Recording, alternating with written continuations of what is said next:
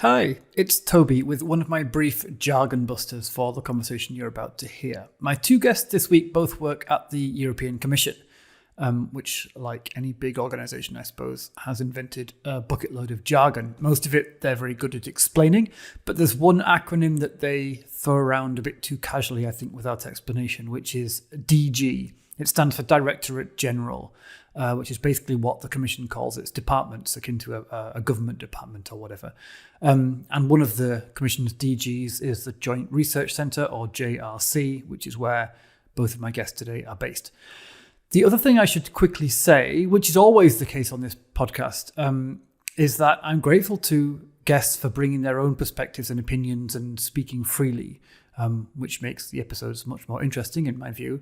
But it does mean that the guests do not present the official views of their employers, in this case the European Commission. They bring their own personal perspectives on the work they do, which I always think makes it sound like something really juicy coming up.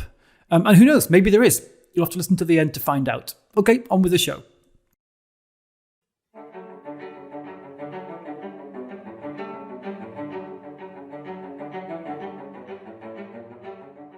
Hello, welcome back to the Science for Policy podcast. My name is Toby, and today I'm joined by Drs. Kristian Krieger and Stijn Verleyen. Both of these guests work on science for policy topics at the European Commission's Joint Research Centre, which I suppose in itself is enough of a qualification to merit a conversation on this podcast, but it gets better because their work focuses in particular on analysing and understanding and mapping the very diverse range of science advice structures and approaches that exist in various corners of Europe at all levels, and also to strengthening them, or at least helping to.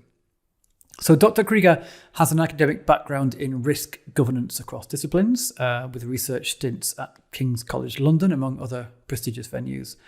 And Dr. Verleyen is a linguist by training who now coordinates the European Commission's projects Science Meets Parliaments and Science Meets Regions, and in his spare time, I'm told, also teaches wine tasting. So, Kristian and Stijn, welcome to the podcast. Thank you, Toby. Thanks for having us. Hello. Thank you very much. Hello. Good afternoon. Okay, let me kick things off this way. Since COVID, I've been aware, I think we've all been aware, that there are quite a few of these projects going on to consolidate and evaluate what we know about science advice, both across the board and also in different parts of the world. I'm thinking especially of projects like the ESCAPE project based in the US, which friend of the show, Roger Pielke, is coordinating. I guess this just seems like an obvious opportunity to be doing it. And when it comes to Europe, the European Commission looks quite well placed to do that. And lo and behold, you are. So perhaps I can ask you to outline what exactly you are working on in this space. So it was in early 2020 when we launched a project called Science for Policy Ecosystems at the JRC that is focusing on mapping the structures and processes and networks that are underpinning the use of scientific knowledge in policymaking within EU member states. And this has advanced now quite a bit. So we have held 10 workshops with a total of 500 participants. We have run a survey with 300 respondents, and all of this is aiming, as I said, mapping what kind of organizations and actors are out there, how they collaborate or not, and on what kind of procedural basis all this is taking place. And maybe as another equally important goal, it's not only the mapping, but we're also trying to stimulate capacity building action on the ground. Okay.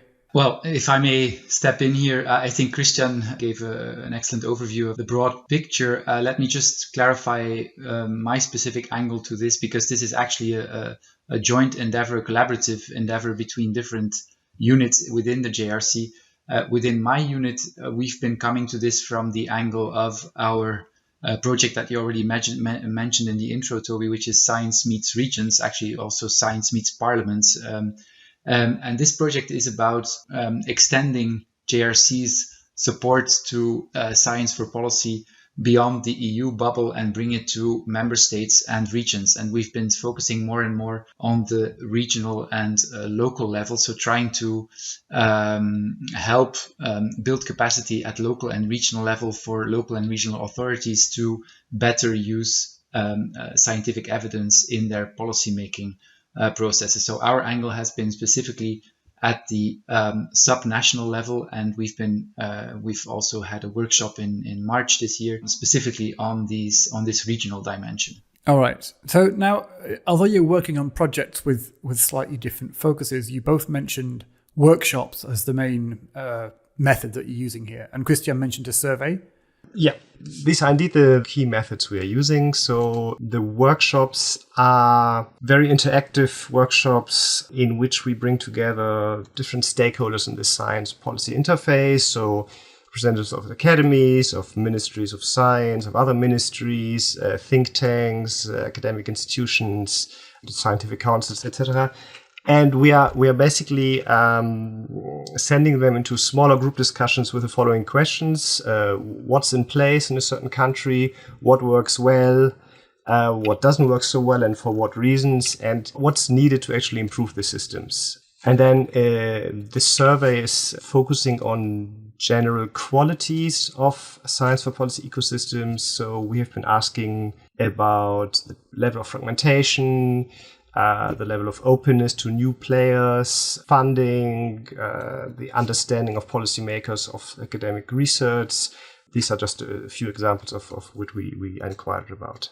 Yeah, and as far as Science Meets Regions then specifically is concerned, there as well, the keyword is participatory approaches. So what we've been doing in the past and are going to continue doing is working with regions and cities and establish participatory processes. And one particularly successful tool there has been the so-called Innovation Camp, which is a participatory methodology that has been developed by the JRC in a slightly different context, namely that of the smart specialization strategies for regions throughout Europe. But we've been using it in the context of Science Meets Regions as a tool that brings stakeholder categories together, a tool which allows us to recognize and value the importance of different perspectives on a policy issue, so as to come to I would say, richer meaning of evidence as not just purely scientific data, but contextualized, locally embedded knowledge, whereby all the stakeholders in a particular policy issue are closely involved in the genesis of a solution to these policy issues. So this is an approach that we value very much and that we will continue to pursue in the future of the project, which is being launched in 2021. And maybe just to give you an idea of one of the master plans that are behind this, because we've been talking a lot about participation and stakeholders. And the idea is really to form a community of professionals from all across Europe that are engaged in these processes, so that they know each other, so that they can work together, find common solutions. Because what I think the COVID crisis has also shown is that these systems are quite fragmented and there's very little connection between them, very little coordination. And this was one of the problems of getting the right science to the right people at the right moment. So here's our sort of effort to better connect the systems across Europe and even within the member states itself. So I introduced you as responsible for ecosystem mapping, essentially. But it sounds like, in fact, it's not just fact-finding. There's also this extra element where you're trying to build the community or build capacity. Yeah, absolutely. I mean, especially when we look at the sub-national level, I think there is really a need for capacity building there. And we try to do this with the modest, I mean, it's kind of seed funding, but there is a bit of financial support, but there's mainly also methodological support in terms of these participatory approaches that we've been using, and also direct scientific support, because the JRC has a lot of research to offer that is relevant to member states, to regions and cities. Right. So if the JRC is putting taxpayers' money into this, I mean, I have to ask, other than out of the goodness of your hearts, why do this? Why does the JRC, whose mission is to do science for the European Commission, essentially, why does it care about what goes on in individual countries, much less individual cities and regions? Well, I think one thing that we have learned is that European policymaking processes are multi-level processes, and The JRC, okay, it is quite a large DG and has a lot of scientific stuff, but we are dependent on good science being provided at the national and the subnational levels as well, also to inform policy processes there and ultimately to inform policy processes at the EU level. So we need partners, basically. And we know there are partners and they are excellent, but we need to understand where they are, what they do, and how we can connect to them. There's an obvious interest for JRC to reach out beyond the EU level. I mean, our primary role is, of course, to advise policy making at a European level. However, things are connected, as Kristian says, and there's also an important aspect, which is that 70% of the research that JRC is doing relates to policy implementation. And policy implementation is not done in Brussels, but on the ground in EU member states, and it has an even clearer impact on the regional and the city level. And to reach out to work with those regions not only is advantageous to the regions, but it also helps us to understand, allows us to draw lessons about policy design and formulation at European level. So there's kind of a feedback loop, which is ultimately very relevant for us as well. So it's basically a win-win situation, I think. Yeah, that's interesting. It makes sense. So I think for listeners, it's interesting, of course, to hear about your projects and what you're doing, but maybe even more interesting to hear what you've learned while you're doing it. So let's talk a bit about this mapping and fact finding. Firstly, Kristian, you already mentioned that you found a landscape that's quite fragmented. Now, I take it that means the various parts are not well connected to each other. Does it also mean that they're very diverse? And so is Europe a collection of countries and regions with broadly similar but disjointed science advice systems? Or is it a collection of very different and incommensurable disjointed science advice systems? I think it's a good question. And I think actor categories are probably the same. So, you have the academic institutions, you have the Academy of Science, you have the ministries, then you have sometimes intermediary bodies. But even though there seem to be broad similarities in that, they all assume different functions within these science and policy processes. So you can't compare the role of the German academy like the Leopoldina with one, for instance, in one of the Baltic states, or even within the Baltic states. There are fundamental differences in how they engage with the academic communities and the policymaking world. So I think it's an image of diversity and fragmentation, but maybe it is a bit difficult to present an overview or real results, because we've held 4 country-specific workshops so far, looking into Latvia, Denmark, Belgium, and Estonia. So we have a good idea of what's going on in these countries. We have the overview data from the survey, but we can't sort of make a definitive statement on whether there are particular patterns in Europe that emerge.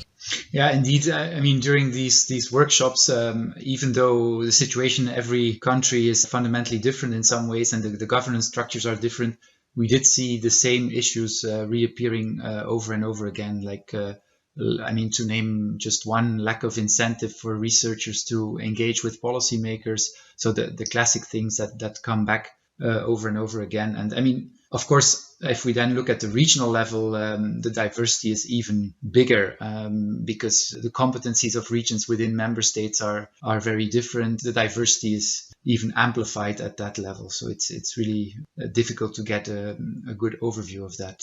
But I think if we're talking about common challenges, yes, that's indeed what we found. There are certain things that are shared across the member state, but then there are also clearly country-specific challenges. Like if, for instance, in Estonia, there was a lot of talk about the informality of relations between the scientific world and the policymaking world, as in we have a minister calling a particular scientist on his mobile or her mobile. So it is a shared challenge, but it has different weight in different countries. So there are some countries that have more formalized science advice structures where this informality may be less of a challenge than, for instance, in a small country where the formalization hasn't yet taken place, or moves into sort of more competitive science advice markets. They may also differ in different countries, between Denmark and Sweden, for instance, where again, a lot of science advice is contracted out to universities, and they have different experiences with that. Some benefits in terms of better research maybe, or better scientific input appear, but then there are also challenges like the declining knowledge base inside the ministries. So, you know, there are challenges that are very sort of unique to the particular settings of member states, even if they look similar in other countries. So this then suggests the need to understand the national context and indeed the regional context, as you said, Stijn, which the systems are embedded in, or else you can't make sense of the systems themselves, or at least you can't really make much use of what you've learned, I suppose. But then this makes me wonder, even just thinking about Belgium, that's a whole big can of worms. I mean, there are probably very few people in the world who have a good understanding of the political system in Belgium anyway. And that's before you even get to talking about science advice structures. And that's just one country out of 27. And then you have the added complexity of hundreds of different regions and cities and so on, all with their own systems. So I guess my question is, aren't you biting off rather more than you can chew? Is it really possible for the European Commission or anyone with the best will in the world to come to useful general conclusions with this kind of study? Again, I'll maybe focus a bit more on the subnational level. And from that perspective, as things currently stand, there is no clear view on the situation for science advice structures at local, regional level and how they are connected to national systems. And for this reason, part of the project that we are now embarking on, part of the budget is set aside for a mapping study.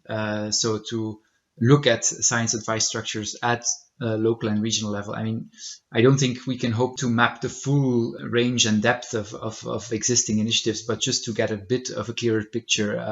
For regions and cities, they do not want to reinvent the wheel and set up fully fledged science advice structures by themselves, because they also operate in a national context, and there's plenty of resources there that they can tap into. Also international, as I said, the JRC is offering plenty of data and evidence for regions to work with.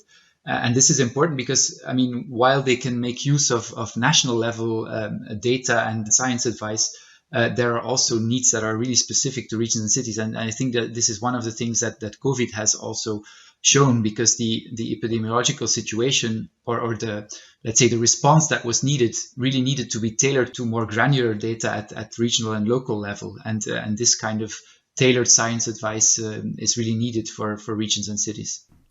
I think you shouldn't forget that it's not only us who are working on these mapping exercises. So there's a lot of activities within the member states, and you have certainly heard about the Finnish SOFI initiative. There's something similar going on in the Czech Republic. And we are trying to bring this knowledge together in our workshops and to write up, based on these inputs as well, country profiles as much as we can.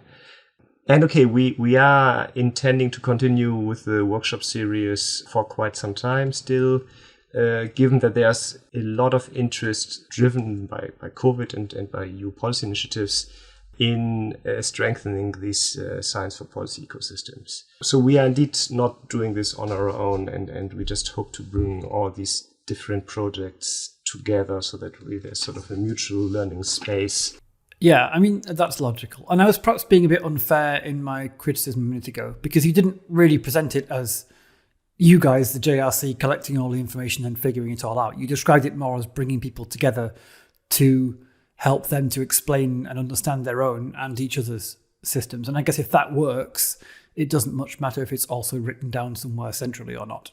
Exactly. And I think you should also not completely disregard the fact that even within the member states, if you look at different sectoral science advice systems, they are diverse, different actors, different processes in place. And even to go even more granular, if we look, for instance, at the JRC, because we did a study on the JRC's response to COVID-19, you can see that different directorates within the JRC interact in different ways with the policy DGs they usually interact with. So it becomes very complex, and so we can only expect to draw some broad lessons and maybe connect it to certain institutional configurations. So we have a very diverse landscape, okay. But I mean, Europe itself is also very diverse, so that's not really a surprise. And indeed, we're supposed to subscribe to the idea that diversity is a strength rather than a weakness. Why isn't that also the case here? It's both, I guess. It's a double-edged sword a little bit. So on the one hand, different processes in place can help learning lessons for what works best under what conditions. So that's certainly useful. But then if people are not aware of who's giving the advice at what in which country on a certain issue, and don't know how to reach out to these persons or even hold them accountable, then it gets there are some clear disadvantages in that. Let's dig a bit more into the details of what you discovered. We've talked about the mapping, so the descriptive part, but is there also an evaluative element? Are you trying to come to conclusions about which systems work well and which are not so good? So evaluation is also part of the ecosystems project because, as I mentioned, the questions we ask the participants in the workshops are what works well and what doesn't work so well and why. Also, if you look at the survey, we are also asking about the qualities of ecosystems. So if people strongly agree with a statement like the system is strongly fragmented, no one knows what the other person does, then this is obviously an evaluation. The problem is that on the one hand, if the idea is to compare systems across Europe, for instance, from state to state, the data is not really comparable because it's so context specific, the evaluations, and they are normally undertaken by local experts. They have their particular lens on the problems. So that's difficult in terms of comparability. And the survey data, on average, we have 10 responses per country. So we have about 300 responses. So that's roughly the average. But there's a huge variation between the number of responses we got from different countries. So again, we can't actually go down into granular level, but we have to identify the problems and challenges and shortcomings maybe of systems that are shared across Europe. So we are trying to get some idea of what works and what the problems are, but we don't have a systematic database for that. But we are currently in collaboration with DG for structural reform support, DG Reform. We are currently looking into developing some kind of dashboard of indicators that could provide us some ideas on whether the science for policy ecosystems perform well in relation to openness, transparency, fragmentation and coordination. But this is still quite an embryonic project, and indicator construction comes with lots of caveats and challenges in terms of methodology, in terms of data quality you need. So this will still take some while to develop this dashboard.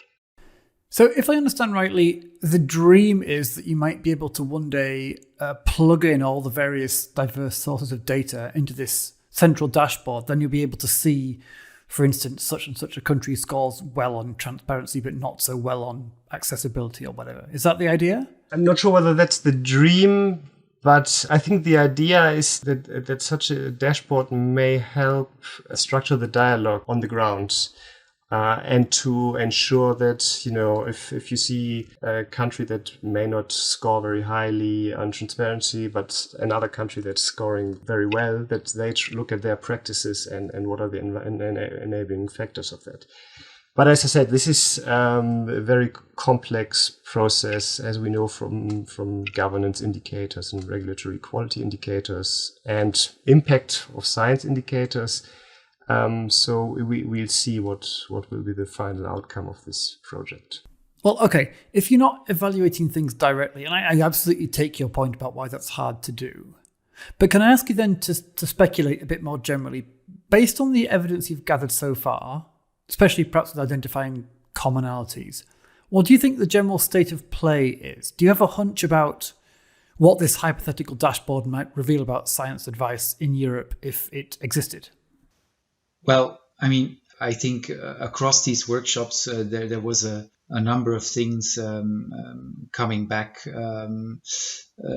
Lack of institutionalized mechanisms of knowledge brokerage was one. Lack of incentives for researchers to engage with policy. So we did come across a number of themes that come back again and again, independently of the specific policy and context and governance structure of the member state concerned. So yes, there were many commonalities, I would say. Yeah. How about the survey results, Kristian? In terms of survey results, so as I mentioned, one of the commonly perceived challenges was the level of fragmentation, the problem of new science providers and new knowledge brokers to enter the processes and to engage with the processes. Issues with transparency, so, public scrutiny of the science advice processes was not particularly easy. And also the lack of formalization was noted upon by many of the respondents. As a negative, right? That more formalization would be good. Yeah, indeed.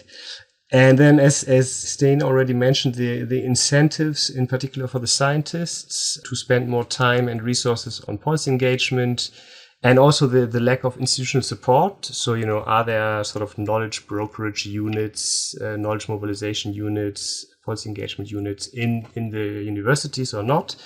This has been identified as a problem, that it doesn't really exist.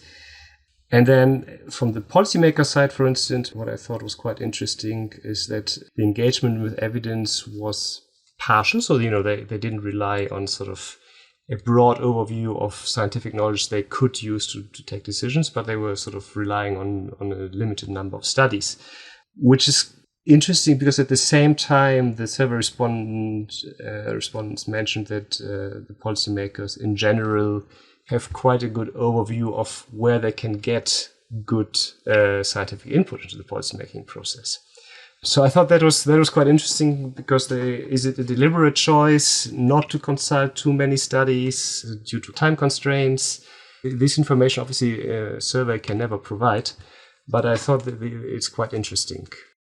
It is interesting. I had a look through the survey as well, and a lot of the time it was that, I'm not sure if this means I'm very cynical or very optimistic, but it was the positive results that really stood out to me.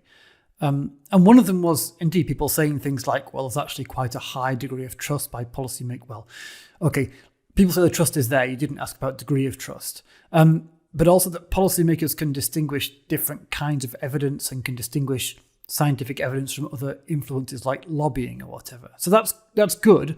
But then despite that, there's this really damning result I saw where you could only find, I think it was 16 or 18% of people to disagree with the claim that policymakers use evidence post hoc to justify decisions after they've made them, rather than to inform their decision making in advance. And this is when we're all in a period of pandemic with COVID ringing in our ears, and we would really hope that at least now, surely, our leaders respond to the science rather than cherry picking from it. That honestly surprised me a bit, and I wonder if that links to what you just said about policymakers using the science but only a subset of it. I'm asking you to speculate, really, what underpins that result. But I think, okay, you should understand that COVID was probably a very peculiar period in science advice because it was so fast, there was so little knowledge out there that I can see how policymakers didn't have the time to really collect systematic reviews on a certain policy issue or a scientific issue. But obviously, there are different types of using research. It's more instrumental to really inform policies, more conceptual to get a broad understanding. And then obviously there's the tactical use as well. Policymaking processes are about negotiating and finding majorities and these things. So it doesn't surprise me as much maybe that policymakers do not always seek to have a full overview of scientific knowledge, even if we, from a scientific viewpoint, may wish them to do so. Yeah. An important aspect is policymakers' skills and capacities to deal with scientific evidence in a good way. I mean, to distinguish good from less good evidence, to know where they can source the right types of evidence. So it's maybe not always a tactical or on purpose that they do some cherry picking or only have a limited view. It maybe also has to do with some lack of training, and this is something that the JRC is developing right now is these trainings to teach these skills to policymakers. So we're going to have some training courses on evidence-informed policymaking in Science Meets Regions for local and regional policymakers. I think that's also an important part of the problem. And in fact, just to complement this, it's not only that we design training modules and materials and make them available widely, but my colleagues have also been working on competence frameworks where they lay out sort of systematically what kind of dimensions different competences have, what different skill levels imply in terms of what the policymaker or the scientist need to be able to do in practice. So the training modules are actually linked to sort of more structured competence frameworks. Okay, good to hear. Is there anything else you're doing to respond to that? Well, again, my specific angle on this is from the regional perspective. So the project we have running is actually taking a topical focus to the problem in the sense that we invite regions. We have launched a call for expression of interest for regions and cities to come forward with topics that are relevant to them. We've listed a number of priority topics, the digital and green transitions and everything related to recovery from the COVID pandemic. So what we are doing is not discussing abstract structures of science advice with them, but rather looking at it through a topical lens. So we ask them to come forward with specific policy issues. We help them with scientific advice. We bring together stakeholders around these issues. We help them with citizen engagement as well around these issues. And so we hope that by bringing in evidence and helping to build relations between science and policy at these governance levels, that we will help administrations to then build further on that for science advice in general. So we think this topical approach is very important at this level of governance. Another thing is we are looking into setting up a pairing scheme for researchers and policymakers at local and regional level. It's still early days, so this is still under development, but we want to give local and regional policymakers the opportunity to spend some time with researchers that are working on the topics that interest them. And finally, the thing I already mentioned is the training component. So offering training courses. JRC has been in the past training its own scientists and is now deploying that across Europe through a train-the-trainer system, so training scientists on how to engage with policymakers. But as I said, the reverse is also very much needed, so teaching policymakers how to deal with evidence, distinguish good from less sound evidence, etc. So this training component will also be very important. And from my side, these workshops, even though they have a strong analytical component, they actually turn out to be quite important for capacity building. So we are sort of more facilitating in this case. So we have seen after presentations of certain schemes, such as the network of science advisors and ministries in Estonia, that other member states and other representatives, they get in touch with us and ask us, can we have more information on that? And then we put them in touch with the colleagues in Estonia. So we have this from various sides.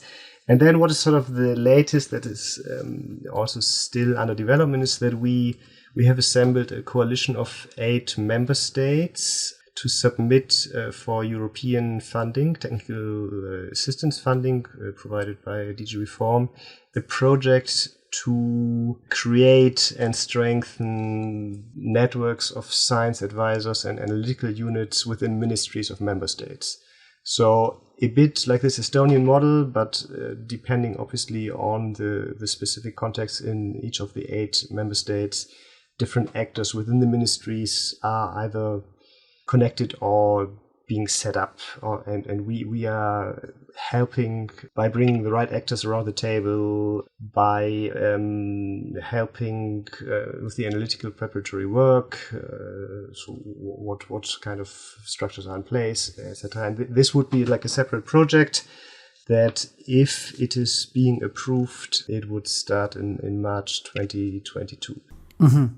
And then finally, one other embryonic project is to try and help universities to understand the value of knowledge mobilization and policy engagement units. So we are trying to understand what's out there in different countries and how we can connect these different schemes and to sort of make a case for such institutional support for policy engagement, also on the academics, on the research side. And in general, what's the balance between these ideas and projects coming bottom up from the countries themselves versus being kind of structures that you want to nurture because of what you've observed from the top down? That's not meant to be a loaded question, actually. I'm just interested in the kind of process and origin of the ideas. So in the case of the ecosystem series, we are learning basically from the member states what works well. And then we draw the attention of other member states to these projects and try to connect them. Obviously, we have been working on science for policy for quite a while, and you know that the introspective best practice handbook, Science for Policy, that you have been discussing on this podcast as well.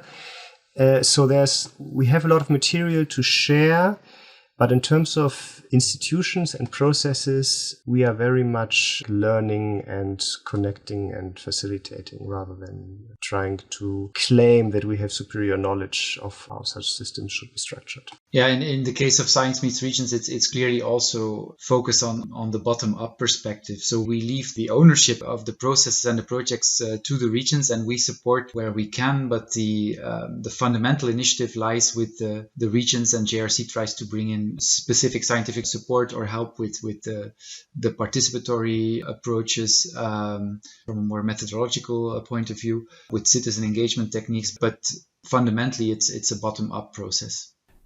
And here's the predictable killer question. Do you have evidence about the impact of what you're doing? Well, for Science Meets Regions, we go back to 2018.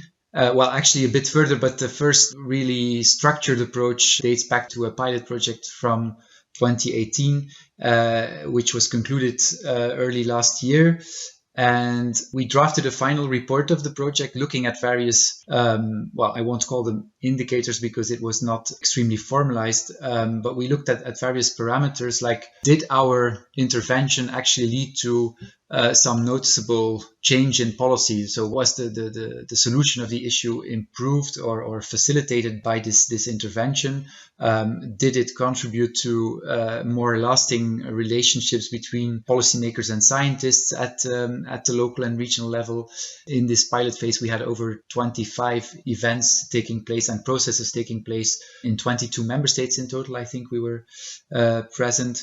We didn't see a success in all cases. We didn't see tangible outcomes in all cases, but in many cases there was indeed a successful outcome in the sense that it allowed administrations to build on the results of these events and really make progress in the policy issues that they were facing. And also in terms of relationships between policy makers and scientists, many of them indicated that this initiative had contributed to building more bridges between science and policy making. So we do have some limited evidence that this approach is successful. Also gathering from the massive interest that this sparked, I think there is a need for this kind of instrument at local and regional level. I mean, the question is always, would these regions and cities have embarked upon a process like this anyhow? Were we the decisive factor or not? That's a question that is very difficult to answer, but I think there is some evidence that this should be continued and hopefully in the end, in a few years, lead to some kind of permanent support for evidence-informed policy making at local and regional level. And maybe for the Ecosystems project, I mean, we started in September 2020 with the first workshop, so it's quite recent, and it fell into the COVID-19 period, which has really intensified and accelerated interest in science for policy and science advice.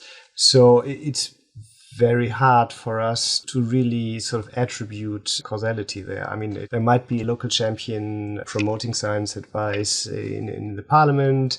There might be sort of this recognition that COVID-19 really requires better science advice structures. Or there might be this lovely interactive workshop that the JRC held in October that really changed the reality on the ground. So it's difficult, but as Stijn also said, the fact that we have so much interest in this workshop series with more than 500 people so far, the fact that for this multi-country project, it was easy for us to find 8 member states with strong interest. I think that shows that our work at least contributes to moving the parts a bit. Well, yeah, and then since you're here, let me ask you a related question that's a bit more general.